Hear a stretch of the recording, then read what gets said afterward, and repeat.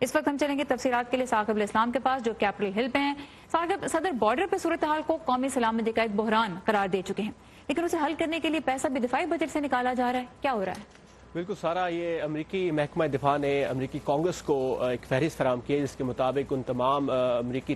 فوجی تعمیراتی منصوبوں کی فہرست شامل ہے جن سے پیسہ بچا کر میکسیکو اور امریکہ کی سرحد پر بنائی جانے والی دیوار کے لیے استعمال کیا جائے گا۔ اور سارا، یہ جو فہرست ہے یہ اس سماعت کے بعد سامنے آئی ہے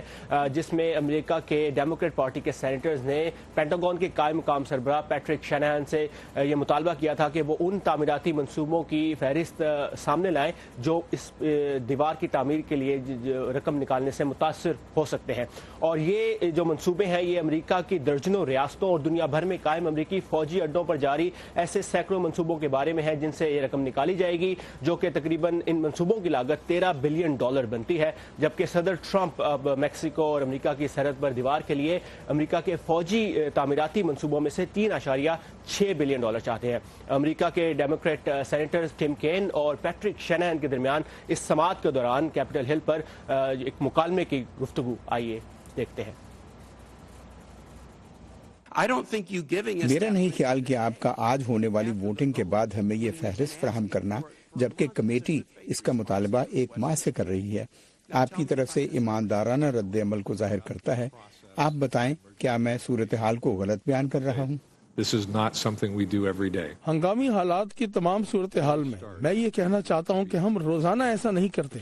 شروع ہی سے ہم کانگریس کے ساتھ 100% شفاف رہے ہیں۔